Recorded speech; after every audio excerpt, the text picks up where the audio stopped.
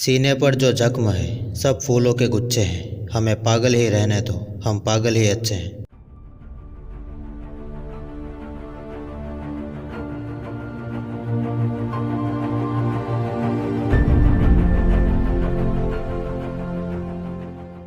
यदि बहरों को सुनाना है तो आवाज़ को बहुत ज़ोरदार होना होगा। लिख रहा हूँ मैं अंजाम जिसका कल आगाज आएगा। मेरे लहू का हर एक कतरा इनकलाब लाएगा। क्रांति बम और पिस्तौल नहीं लाते हैं। क्रांति की तलवार विचारों के धार बढ़ाने वाले पत्थर पर रगड़ी जाती है। महान साम्राज्य ध्वस्त हो जाते हैं पर विचार जिंदा रहते हैं। आप व्यक्ति की हत्या कर सकते हैं, यह सरल है, लेकिन उसके विचारों की नहीं।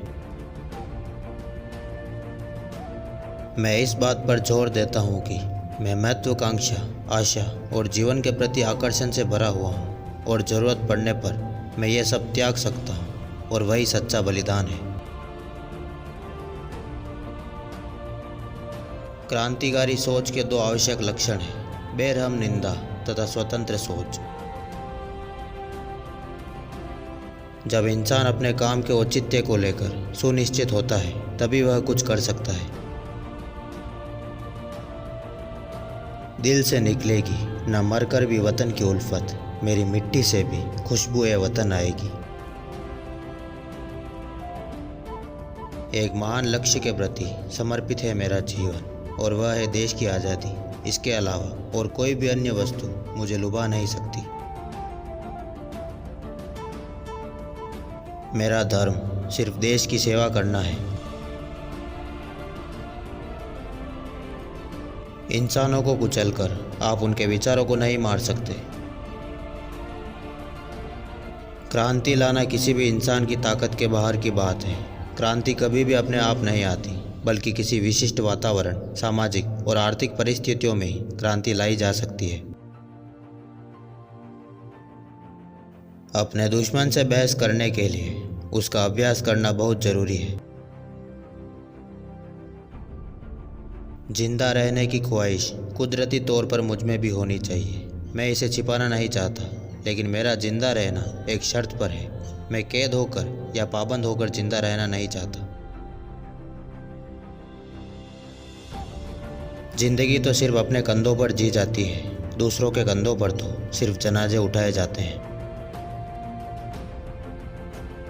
प्रेमी, पागल और कवि एक ही चीज से बने होते हैं। देशभक्तों को अक्सर लोग पागल कहते हैं। सूर्य विश्व में हर किसी देश पर उज्जवल होकर गुजरता है, परंतु उस समय ऐसा कोई देश नहीं होगा जो भारत देश के समान इतना स्वतंत्र, इतना खुशहाल, इतना प्यारा हो। मैं सबसे पहले एक मानव हूँ और मानवता को जो कुछ भी प्रभावित करता है उससे मुझे मतलब है। स्वतंत्र विचारों और निष्ठुर आलोचना, यही क्रांतिकारी सोच के दो अहम लक्षण हैं। क्रांति मानव जाति की एक अभिन्न अधिकार है। स्वतंत्रता पर सभी लोगों का कभी न खत्म होने वाला जन्मसिद्ध अधिकार है।